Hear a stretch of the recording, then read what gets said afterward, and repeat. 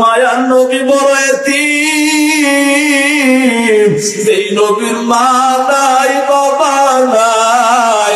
আমার আল্লাহর নবী মায়ের দূরে আসার পর বাবা হারায়া ফেললো। বাবা দুনিয়ার জমিনে নাই। আল্লাহ নবী দুনিয়ায় আসার কয়েক বছর পর যখন 6 বছর বয়স হয়ে যায়, আল্লাহর নবী একদিন মাঠের কোণে বসে বসে কান্না করে। নবী কোনোদিন খেলতেন না, কিন্তু সাথীদের সাথে মাঝে মাঝে মাঠের কাছে যাইতেন। আল্লাহর নবী একদিন মাঠের কোণে বসে বসে কান্না করে। আল্লাহর নবীর মা হযরত আমিনা রাদিয়াল্লাহু তাআলা আনহা চিন্তায় পড়ে গেলেন। সন্ধ্যা হয়ে যাচ্ছে, আমার সন্তানের কোনো খবর নাই, সন্তানটা কোথায়, কেউ আবার কোনো আঘাত করলো কিনা জানা নাই। আল্লাহর নবীর মা চিন্তায় বিমূঢ় হয়ে যায়। সন্তান যখন হয়ে যায়, মা দৌড়ায়, সন্তানের খুঁজে দৌড়ায়। তাকে দেখে আল্লাহর নবী মাঠের কোণে বসে বসে কান্না করে। এবার নবীকে ডাক দিয়া বলে, রে সন্তান, বলো তুমি কেন কান্না করো, কেন কান্না করো? আল্লাহর নবী কান্না করে বলে, মা, আমার সাথী বন্ধুদের, তাদের আত্মীয় স্বজন, মা বাবার আসিয়া তাদেরকে প্রত্যেক দিন নিয়ে যায়, কিন্তু আমাকে তো কেউ কোনোদিন আসিয়া নিল না। আমার বাবাকে কোনোদিনও দেখলাম না। ও মা,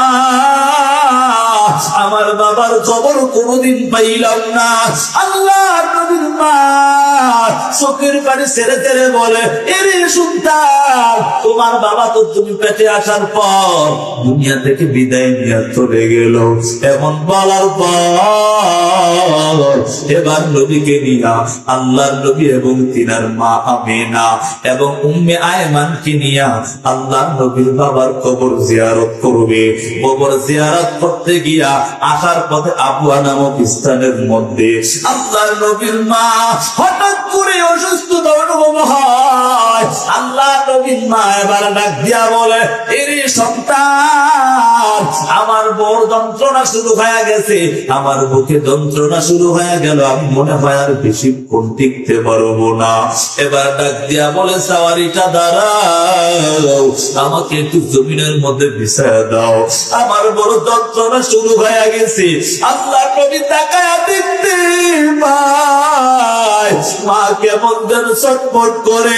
আল্লাহর নবীর মা হঠাৎ করে ডাক দিয়া বলে, এরে সন্তান, আমি মনে হয় আর কিছুক্ষণ বাঁচবো, আর বাঁচতে পারবো না, আমার মনে হয় হায়াত শেষ হয়ে যাচ্ছে।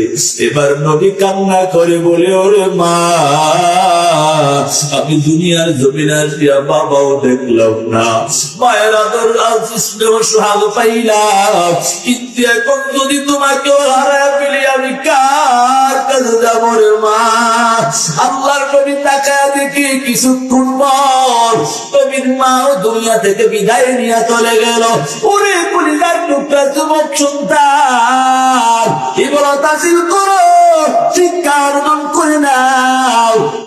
আল্লাহ নবী কত কষ্ট করে করে জীবনটাকে পরিচালনা করেছে। আমার মায়া নবী 6 বছর বয়সে মাও হারায় ফেললো। যেই দাদার আশ্রয়স্থলে থাকলেন, সেই দাদাও 8 বছর বয়সে হারায় ফেললো। ও যুবক সন্তান, আমার নবী যখন নবুয়ত প্রাপ্তি হয়ে গেলেন, নবুয়ত প্রাপ্তির কিছুদিন পর ওই কাসাও দুনিয়া থেকে বিদায় নিয়ে চলে গেল। ওই কাফের বেঈমানের কত নির্যাতন সহ্য করেছে জানো রে যুবক সন্তান? আজকে তুমি কেমন করে আমার নবীন কলিজায় আঘাত দাও। ও যুবক বৃদ্ধ বাবা ও পর্দার আড়ালের আম্মা জানেরা, আজকে কেমন করে আমার নবীর কলিজায় আঘাত দাও। আমার নবীর কলিজায় আঘাত দিয়া দিয়া জীবনটারে ধ্বংস করে দিচ্ছ রে যুবক সন্তান। অথচ তোমার জন্য, আমার জন্য আমার নবী কত রকম কষ্ট করলেন, এই কোরআনের জন্য কত কষ্ট করেছে জানো? আজকে যুবক সন্তান কোরআনটা ছেড়ে দিলা, আমার আল্লাহর বিধান ছেড়ে দিয়া নিজের মতো জীবনটাকে পরিচালনা করেছে। কথা বলেন ঠিক না বেটি? ওগো নবীর উম্মতেরা হয়ে আজি দিশে হারা, ওগো নবীর উম্মতেরা কি দিশে হারা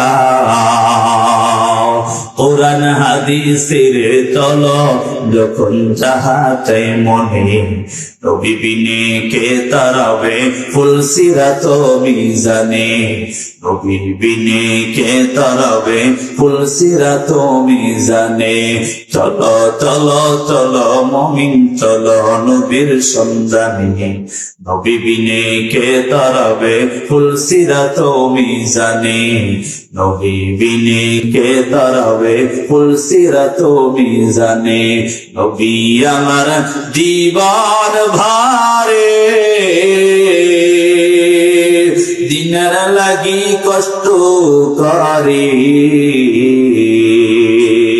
দান দান শহীদ করিলেন ওহুদেরই ময়দানে নবী বিনে কে তারাবে ফুলসিরাত মিজানে নবী বিনে কে তারাবে ফুলসিরাত মিজানে চলো চলো চলো মুমিন চলো নবীর সন্ধানে নবী বিনে কে তারাবে ফুলসিরাত মিজানে এমন এতিম নবী আমার পিতা মাতা নাই যে তাহার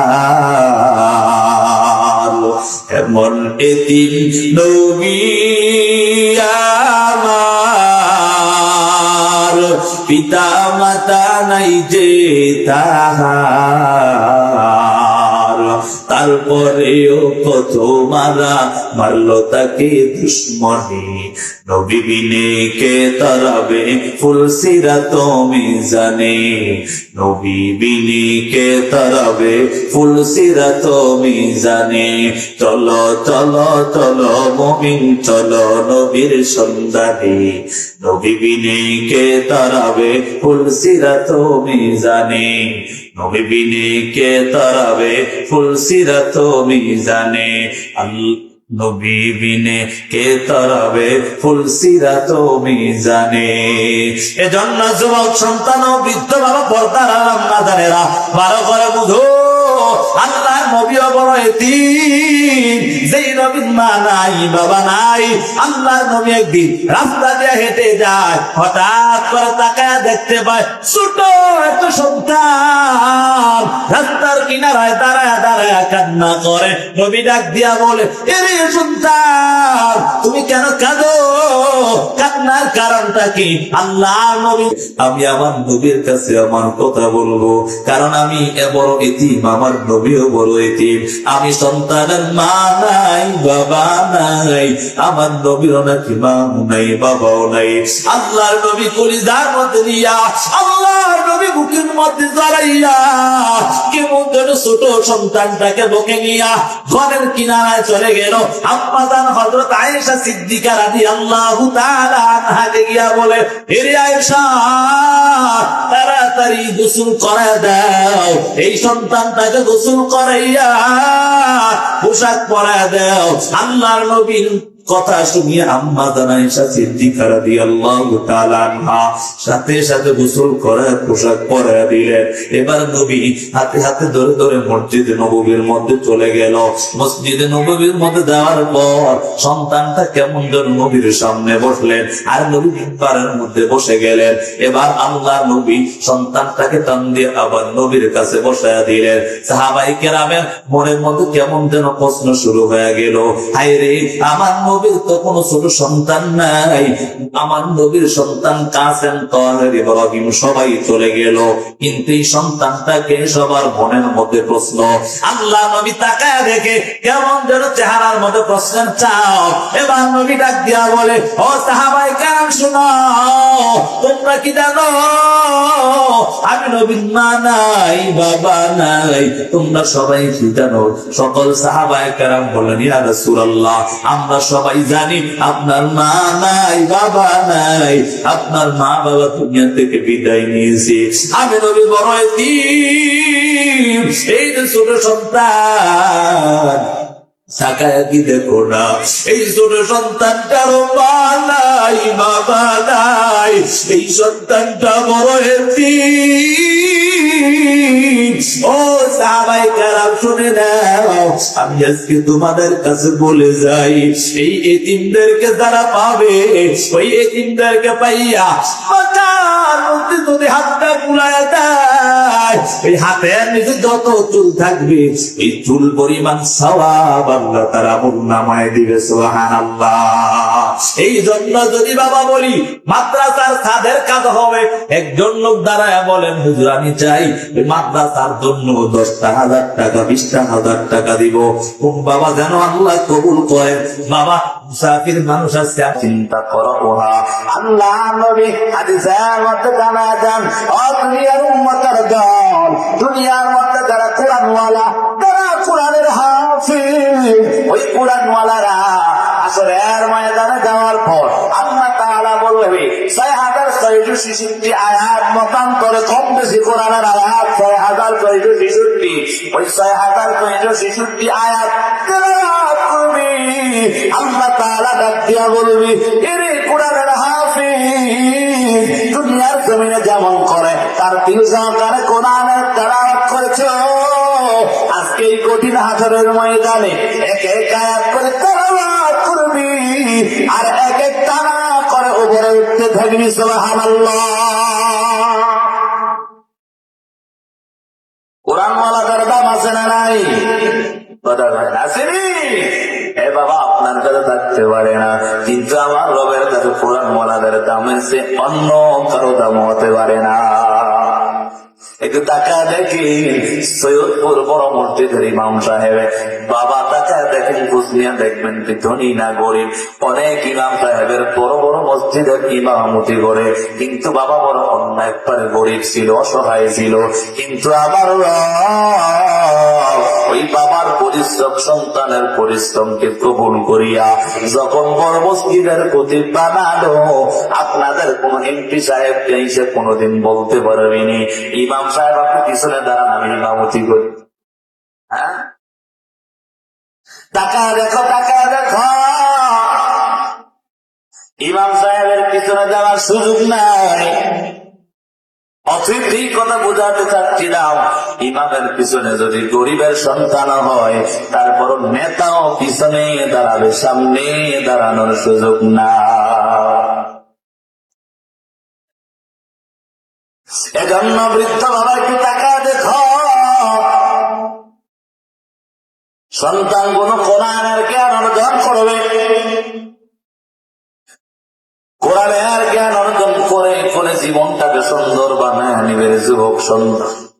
হ্যাঁ, পর্দার আম্মা জানেরা, একটা বারো তো চিন্তা করো না, সন্তান কোরআনের আলেম হবে, তোমার জন্য দোয়া করবে, রব্বির রহমহুমা কামা রব্বায়ানি সগীরা। ও বাবা, তার কপালটা কত ভালো, যার সন্তান কোন কোরআনের আলেম হবে, যার সন্তান কোন কোরআনের হাফেজ হবে, তার কপাল কত ভালো। কঠিন হাসরের ময়দানে আমার আল্লাহ ওই কোরআনওয়ালার মা বাবারে নূরের মুকুট পরায় দিয়েছে। সুবহানাল্লাহ। ওই হাসরের ময়দানে এমন ভয়ঙ্কর হালাতের মধ্যে অন্যান্য লোকেরা ডাক দিয়া বলবে, এরা কারা, এরা কারা, যাদের মাথার মধ্যে এত সুন্দর মুকুট দেখা যায়, যার কারণে কেমন যেন পুরা আসরের ময়দান চুলমুল করে আল্লাহর গাইবি থেকে আওয়াজ আসবে, এরা আর কেউ নয়, কেউ নয়, এরা হলো আপনার কোরআন ওনাদের মা বাবা। সুবহানাল্লাহ। ও বাবা, জীবনে কত টাকা কত পয়সা নষ্ট করলাম, সন্তানকে বড় উকিল ব্যারিস্টার বানায় ফেললাম, কিন্তু আপনার মৃত্যুর সময় সন্তান কাছেও আসতে পারেন। আছে নিয়ম, সন্তান প্রবাস জীবনে কাটায়, সন্তান চাকরিতে কাটায় দিল, বাবা চলে গেল, সন্তান বলে আমার আসতে পারবো না, আমার চাকরিতে সমস্যা। ঠিক নেই? কত এমন ঘটনা আমার নাই। সন্তান তাকে বলে আমি খবর জানাবে শরীর হতে পারবো না। কেন পারবা না? বলে সন্তান বলে আমার অবস্থা হয়ে যাবে জন্য পারো। আজকে যদি সন্তান কোরআনের আলেম হইতো, তাহলে সন্তান কোনদিনও বাবাকে চিনিয়া নিজের চাকরিতে বহাল থাকতো না। কথা বলেন ঠিক? একজন আল্লাহর বান্দা বাবা দুনিয়া থেকে বিদায় নিয়ে চলে গেল। ইমাম সাহেবকে ডাক দেয়, ইমাম সাহেব, আমার বাবা দুনিয়া থেকে বিদায় নিয়েছে, তাড়াতাড়ি গোসল করান, কাফন পরান, জানাজা পরান, দাফন করো। ইমাম সাহেব তাড়াতাড়ি আসিয়া গোসল করালেন, কাফন পরালেন, একই জানাজার ময়দানে নিয়ে যাবেন। সন্তান সহ জানাজার ময়দানে চলে গেল। এলাকাবাসী মিলিয়া শেষ বিদায় দিবে, জানাজার নামাজ আদায় করবে। ইমাম সাহেব প্রথম তাকবীর দিয়ে যখন হাতটা বেঁধে বেরোলেন, কেমন যেন একটা বিকট আওয়াজ পুরা জানাজার ময়দান থরথর করে কাঁপতে লাগলো। ইমাম সাহেব জানা শেষ করে আবার দ্বিতীয় তাকবীর যখন দিলেন, দ্বিতীয় তাকবীরের পর আবার কেমন যেন বিকট আওয়াজ, এমন আওয়াজে আশেপাশে সবাই কেমন যেন চাপতে শুরু করলো। কি এমন হয় আগে? ইমাম সাহেব তাড়াতাড়ি তৃতীয় চতুর্থ তাকবীর দিয়ে সালাম ফিরায়া তাকায়া দেখে, পিছনের দিকে তাকায়া দেখে যে আল্লাহর বান্দা চলে গেল, তার সন্তান জমিনের মধ্যে পড়ে গড়াগড়ি পড়ে। ইমাম সাহেব এলাকাবাসী সবাই মিলিয়া মাথায় পানি দিল। যখন জ্ঞান ফিরে আসে, এবার ইমাম সাহেব বয়ান করে বলে, রে সন্তান, দুনিয়ার জমিনে যে আসুক না কেন সবাই কিন্তু একটি মৃত্যুবরণ করবে। কথা বলেন ঠিক? যার ওই জীবন আছে সেই মৃত্যুবরণ করবে। এর সন্তান, এই জন্য কান্না করার কি দরকার? আল্লাহর কাছে কান্না করো, তোমার বাবার জন্য আল্লাহর কাছে কান্না করে বলো, ও দয়ার মালিক, ও দয়ার আল্লাহ, আমার বাবার জীবনের অন্যায় গুলো আপনি মাফ করে দেন। ইমাম সাহেব বয়ান করে করে বুঝায়, কিন্তু সন্তানের কান্না কমে নাই। কেমন যেন সন্তানটা বুবা বুবা কান্নার আওয়াজ, এমন কান্নার কান্না। ইমাম সাহেব সন্তানের কান্না দেখিয়া ইমামের চোখের পানি ধরে রাখতে পারে না। ইমাম কান্না করে বলে, এরে সন্তান, কান্না করার দরকার নাই, আল্লাহর কাছে কান্না করো, আমার আল্লাহ তোমার বাবার জীবনের অন্যায় গুলো মাফ করে দিবে। এবার সন্তান বলে, ও ইমাম সাহেব, আমার বাবা দুনিয়া থেকে বিদায় নিয়েছে জন্য আমি কান্না করি নাই। এবার ইমাম কান্নার কণ্ঠে ডাকতে, সন্তান বল বল, কেন এমন কান্না করো? তার কারণ নাকি কিছুই তো বুঝলাম না। যদি মা বাবা মারা যায়, সন্তান সহ্য করতে না পারে কান্না করে। ও সন্তান, তুমি কি বলতে চাও? তোমার বাবার জন্য এই জন্য কান্না করো নাই, কেন কান্না করো একটু জানতে চাই। এবার ইমাম সাহেবের কথা শুনিয়া যুবক সন্তান কান্না জড়িত করবে বলে, ও ইমাম সাহেব, আমার বাবা এত ধনী লোক নয়, আমার বাবা একজন কৃষি কাজ করতো, কৃষক ছিল, কোন রকম দিন আনে দিন খাইতো। ও ইমাম সাহেব, কিন্তু আমার বাবা আমাকে শিক্ষিত বানায় কেন, পড়ালেখা করায়া আমি বড় শিক্ষিত হয়ে গেলাম। ও ইমাম সাহেব, আমি মাঝে মাঝে পড়ালেখার যখন বন্ধ হইতো, ছুটি হইতো, আমি যখন আমার বাসায় আসতাম, টাকা দেখতাম আমার বাবা মাঠে ময়দানে কাজ করে। আমি তো উড়াইয়া বাবার কাছে সহযোগিতা করার জন্য বাবার হাতের যন্ত্রটা যখন হাতে ওই আমার কলিজার টুকরা বাবা ডাক দিয়া বলতো, এই সন্তান তুমি পড়ালেখা করো, তোমার মাঠে আসার দরকার নাই, তোমার চেহারাটা নষ্ট হয়ে যাবে, তোমার শরীরের কালার নষ্ট হয়ে যাবে। ও যুবক সন্তান, ও মৃত্যু বাবা দিদির কান্না লাগা শোনো, ওই কলিজার টুকরা বাবা কিন্তু অনেকের নাই। কথা বলেন ঠিক না বেটি? ওই সন্তান ইমামকে ডাকতে বলে, ইমাম সাহেব, আমি তাকায় দেখতাম আমার বাবা আমাকে কোনোদিন কাজ করতে দেয় নাই। আমি পড়ালেখা করার জন্য মাঝে মাঝে আমার অনেক টাকার প্রয়োজন হইত, কিন্তু আমার বাবার কাছে এত টাকা নাই, যার কারণে আমার বাবা টাকাও দিতে পারত না, কিন্তু কোনোদিন নাও করতো না। আমার বাবা যদিও না করে, অন্যের কাছ থেকে কাজ করে করে আমাকে টাকা এনে আমাকে কোনোদিন ফেরত দেয় না। আমাকে টাকা দিয়ে তারপর পড়ালেখা করাইছে। ওই বাবাই আজকে আমার কপালটা বড় খারাপ, আমার বাবার কপালটাও বড় খারাপ। বলে কি হয়েছে একটু জানতে চাই। যুবকের কান্না দেখিয়া ইমাম সাহেবের একেবারে সহ্য করতে পারি না। ইমাম সাহেব বলে, সন্তান বল কি কারণে তোর বাবার এমন কপালটা খারাপ হয়ে গেলে একটু জানতে চাই।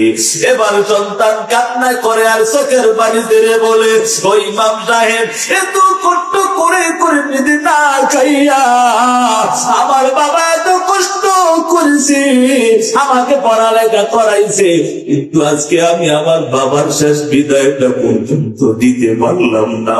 ওই ইমাম সাহেব আপনি জানাজার ইমামতি করলে, জানাজার প্রথম হাতটা বাঁধিয়ে কি বললেন আমি তো কিছুই জানি না।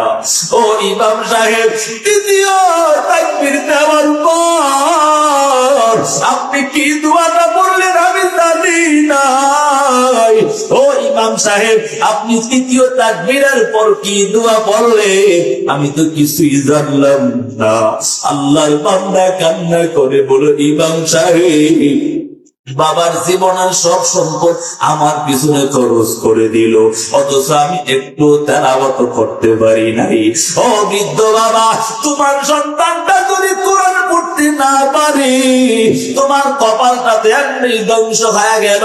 কারণ তুমি দুনিয়া থেকে যদি বিদায় নাও, সন্তান তোমার জন্য সেই শুদ্ধভাবে দোয়াটাও করতে পারবে না।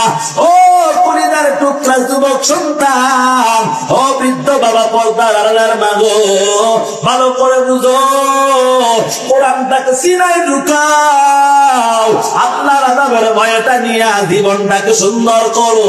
নিজে কোরআন পড়তে পারো না, চেষ্টা চালা দাও। এ যুবক সন্তান, ও বৃদ্ধ বাবা, তোমার সন্তানগুলোকে কোরআন পড়াইতে পারলা না, তার জন্য তোমার সন্তানদের না পড়াইতে পারলো, চেষ্টা চালা যাও। কিন্তু নাতিপন্থী আত্মীয় স্বজনদেরকে কোরআন পড়াও। যদি তাও না পড়ো, তাকে দেখো মাদ্রাসার মধ্যে কত সন্তানরা পড়ালেখা করে। ওই সন্তানগুলোকে যদি গিয়া সহযোগিতা করতে পারো, জীবনটা বড় সুন্দর হয়ে যাবে। ও বৃদ্ধ বাবা, আজকে টাকা দেখো ওই মাদ্রাসার মধ্যে কত এতিম গরিব অসহায়, অনেক সন্তানের মা নাই বাবা নাই, কত এতিম সন্তানরা মাদ্রাসায় পড়ে।